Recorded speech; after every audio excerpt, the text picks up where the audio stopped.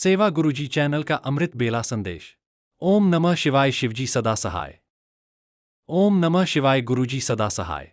जय गुरुजी। संगत जी, अंकल जी एवं आंटी जी को प्रणाम और अमृत बेला के इस अवसर गुरुजी को कोटि कोटि नमन। गुरुवाणी श्रृंखला का 65वां गुरु वचन हमें यह कहता है कि प्रेम करना सीख ले, फिर जीवन का हर अध्याय सुंदर लगेगा। संगत जी, यह गुरु वचन केवल भावनाओं की अभिव्यक्ति नहीं, यह जीवन जीने की दिव्य कला है। जब मनुष्य प्रेम करना सीख लेता है, तब जीवन की हर परिस्थिति, सुख हो या दुख, अर्थपूर्ण, मधुर और पवित्र हो जाती है। प्रेम ही सृष्टि का आधार है। सृष्टि किसी कठोर नियम से नहीं, बल्कि प्रेम की चेतना से रची गई है।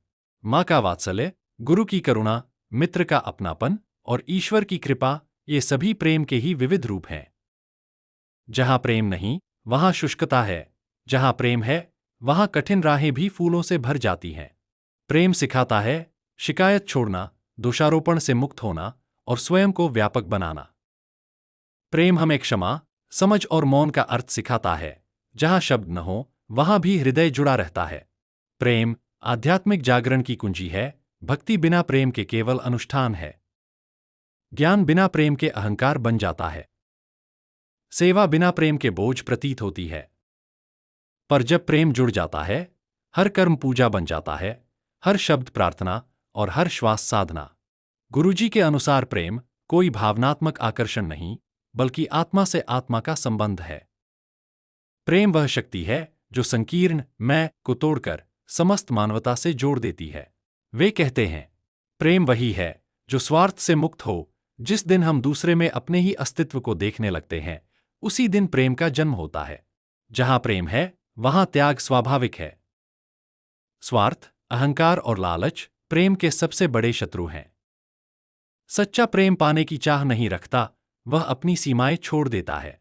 गुरुजी कहते हैं कि जहां स्वीकार है, वहीं प्रेम है, और जहां प्रेम है, वहां संघर्ष नहीं, दूसरे को बदलने की इच्छा छोड़ देना, परिस्थितियों को सहज भाव से स्वीकार करना और बिना अपेक्षा के देना, यही प्रेम की शुद्धता है।